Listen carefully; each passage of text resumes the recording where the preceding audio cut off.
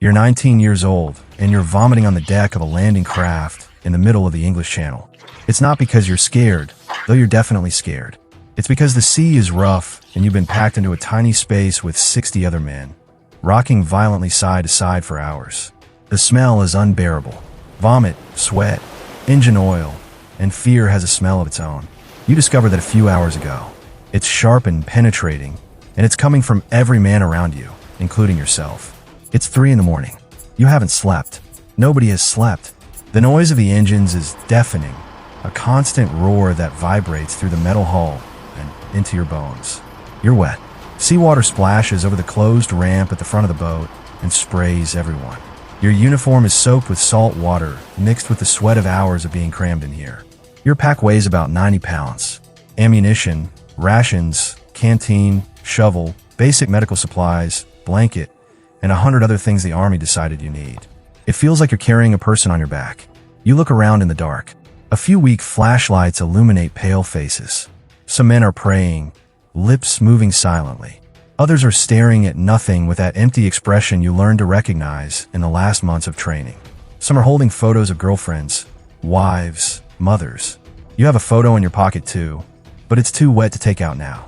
The sergeant is yelling something, but you can barely hear over the engine. He's checking equipment, making sure everyone has their gas masks, that rifles are protected from salt water, that nobody left anything crucial behind. As if it matters. Half the equipment will be at the bottom of the ocean in an hour anyway.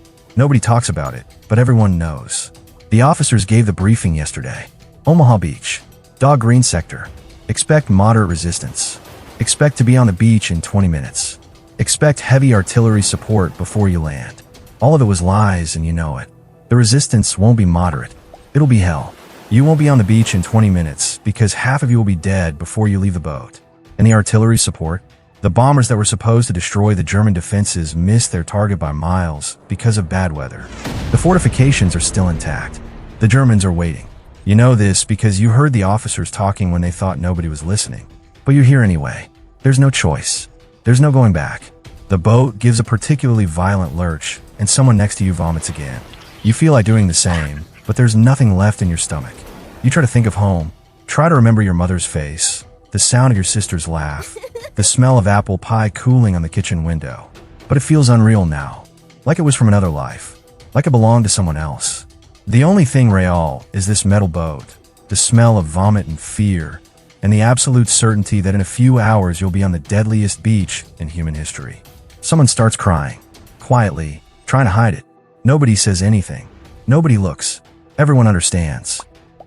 Light is starting to appear on the horizon, and you can see the coast of France. It looks peaceful, beautiful even. Golden beaches, green cliffs. Nothing to suggest it's a slaughterhouse waiting to happen. The noise has changed. You can hear other boats around, hundreds of them, all converging on the same strip of beach. The roar of engines mixes with something new. Distant explosions. Naval artillery bombarding the coast. Flashes of orange light in the gray sky. For a moment, you feel hope. Maybe they'll destroy the defenses. Maybe when you get there, nobody will be shooting at you. Then you see the first tracers. Bright lines of ammunition crossing the sky, coming from the beach toward the boats. The Germans have started shooting. It's too early. You're still over 1,000 meters from shore. They shouldn't be able to hit you from this distance. But they're trying. A boat to your left explodes. Just explodes in an orange fireball. Pieces of metal fly through the air. You don't see any survivors. 60 men, gone in a second. You didn't know anyone on that boat, but suddenly you're thinking about them. 19 years old, 20, 22. Names you'll never know. Stories that ended before they began. Fear is no longer an abstract feeling. It's physical. You feel it in your hands shaking, in your stomach churning, in your bladder suddenly very full. Some men have pissed their pants. You don't judge. You might be next. The sergeant is yelling now. Final checks. Prepare for landing. Keep your weapons above water.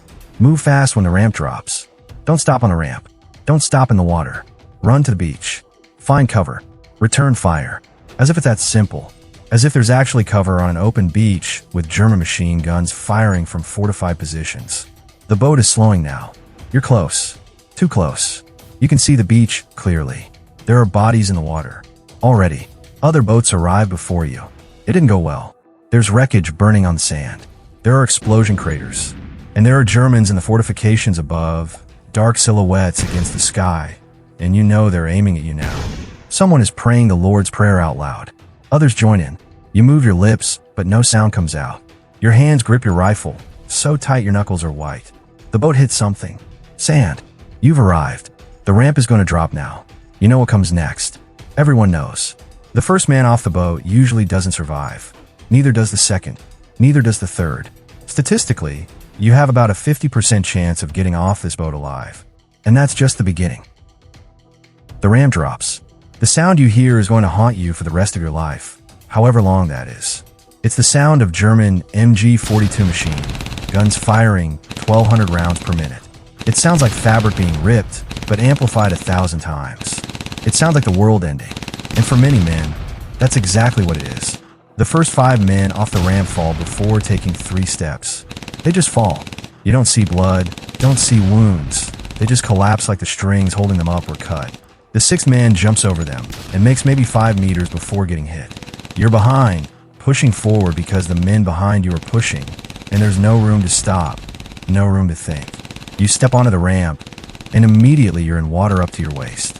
The water is freezing, and the shock steals your breath. Your 90-pound pack immediately tries to pull you down.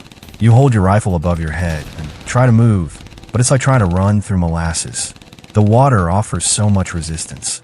You're not running. You're waiting. Something hits the water near you with a sharp whine. Bullets. They're everywhere.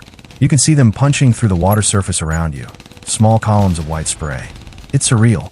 You're in a deadly cosmic game of hot potato, where the potatoes are pieces of metal flying at 1,000 meters per second. Someone ahead of you screams and falls face first into the water. You stumble over him, but don't stop. Can't stop. Stopping is dying. The beach is 30 meters away. It feels like 30 kilometers. You're in water up to your knees now, moving a bit faster, but still not fast enough. There's smoke everywhere. Mortar explosions are creating geysers of water and sand. You can't see properly, can't hear anything but the constant noise of gunfire and explosions. Your training said to find cover, return fire, advance with your unit. But there's no cover. There's nothing but open beach. And your unit? You have no idea where they are. You've lost sight of the sergeant, lost sight of the men you trained with for months. There's only chaos. You finally reach the sand and drop to your belly.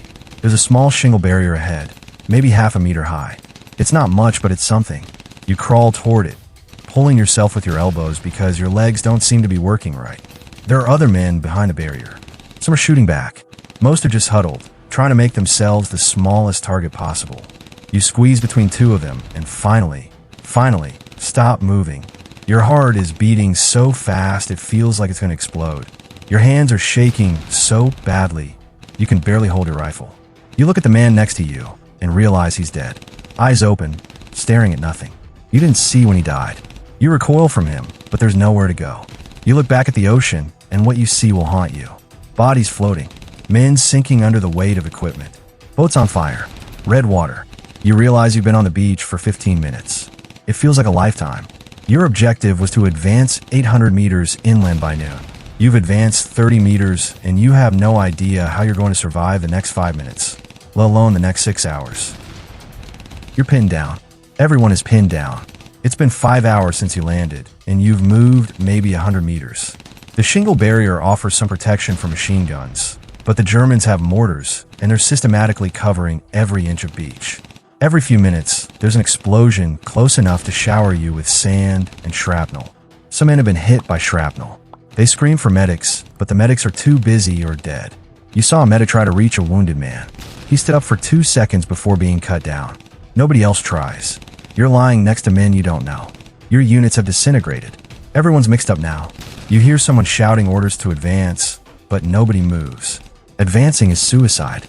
There's 200 meters of open beach between you and the German fortifications, and they have perfect line of sight over every inch. But staying is also death. Slow maybe, but inevitable. The mortars will eventually get you. They've already gotten many. You're hungry. Haven't eaten since last night on the ship, and you threw that up. Your rations are in your pack, but you can't reach them without exposing yourself. Anyway, you're not sure you could eat. Your stomach is too twisted. You're thirsty. Your canteen is half empty, but you don't know when you'll get more water. You try to ration. Small sips every hour. Your mouth is dry as sandpaper. You kill a man. Not directly, but you did something that led to it. You were trying to look over the barrier, trying to locate where the machine gun fire was coming from. You raise your head for 3 seconds. That was enough time for a German sniper to see you. He shot, missed you by inches. The bullet hit the man behind you in the head. You heard the impact. You turned and saw. You'll never forget. And you know it was your fault. If you hadn't raised your head, the sniper wouldn't have fired, and that man would still be alive. You don't know his name. Never will. But you killed him anyway. Around noon, something changes. Officers start moving along the beach, yelling, kicking men, ordering them to advance. Some general or colonel decided that staying on the beach is worse than trying to move forward. They're right, probably, but that doesn't make it easier. You hear someone shout to prepare to advance. You check your rifle. It's full of sand. You try to clean it, but it's useless. You'll have a shooter like this and hope it doesn't jam. Men start getting up, not all at once, in small groups, running from cover to cover. Except there's no cover. They're running from nothing to nothing, and many are cut down halfway. But some make it. Some reach the next positions. And then you're getting up too, because if you don't, you'll be left behind, and being alone on the beach is worse than trying to advance. You run. You don't know how, but you're alive and moving. You reached a shell crater and dove into it. There are 2 other men here. One is wounded, holding his shoulder, blood leaking between his fingers. The other is firing his rifle toward the fortifications. You don't know if he's hitting anything. You doubt it. You add your own fire. Shoot 5, 6 times in the general direction of where you think enemy fire is coming from. Your rifle doesn't jam. Small victory. You reload. Your hands are working on autopilot now. Training taking over because your conscious brain shut down hours ago. Someone yells to move. You get up and run again. 20 meters. 30. You dive behind a damaged concrete obstacle. Heavy breathing. Racing hard. Still alive. You look around and realize you've advanced.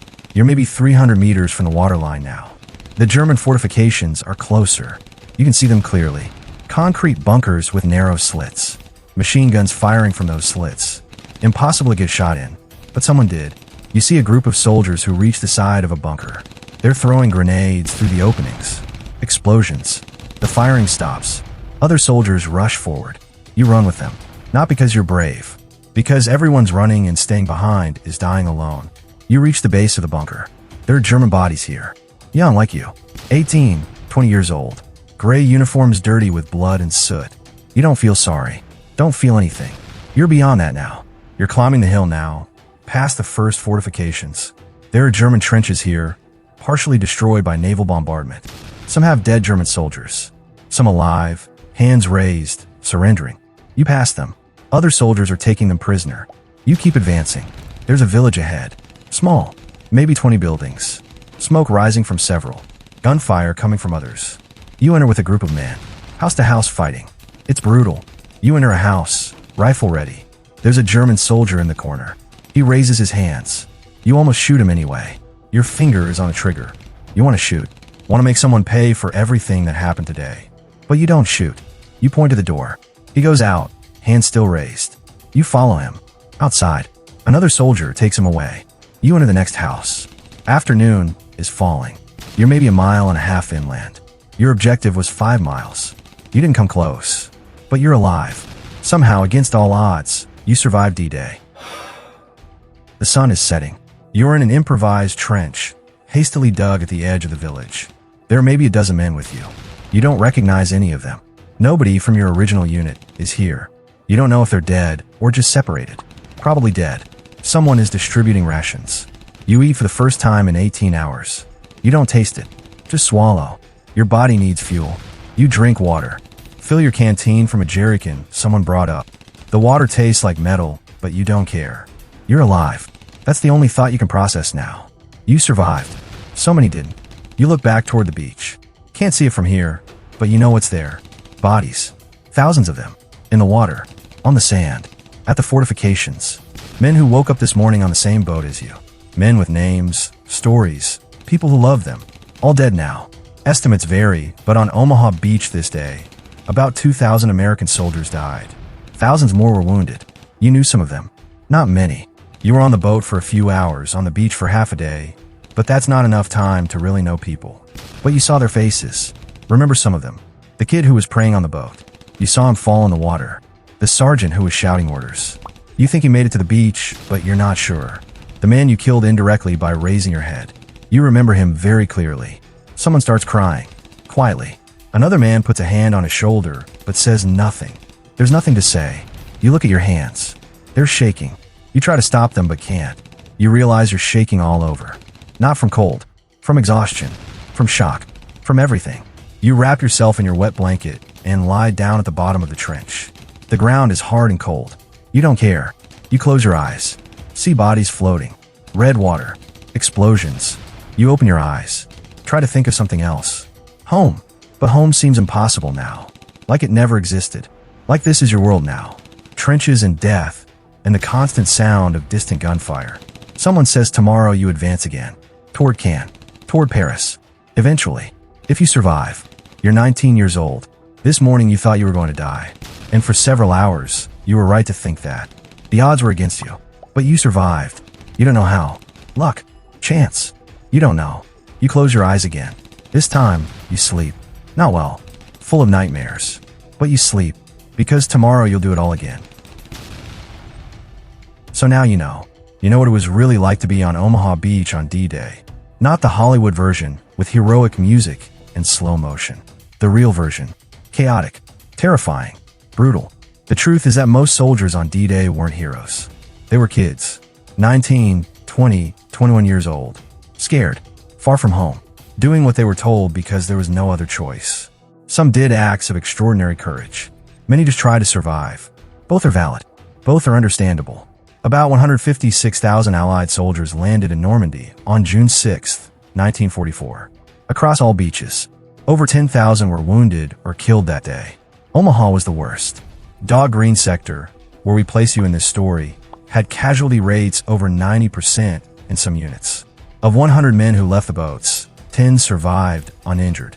It's important to remember these men, not as movie heroes, as real people who experienced real horror, who saw things no human should see, who carried that trauma for the rest of their lives. Many never talked about it. Couldn't. How do you explain to someone who wasn't there what it's like to watch your friends die around you? How do you describe the sound of machine guns tearing through human flesh? You can't. So you don't try. You keep it to yourself and try to live with it. If you know a World War II veteran, and there are fewer and fewer of them each year, thank them. Not for abstract heroism, for the fact that they went through something unimaginably difficult and survived to tell, or more often, to not tell. Leave a comment if you have family history connected to D-Day or World War II. Subscribe to the channel because we'll continue telling these real stories, without romanticization, as they really happened. Leave a like if you learned something, or if this gave you new perspective on history. And remember, freedom isn't free.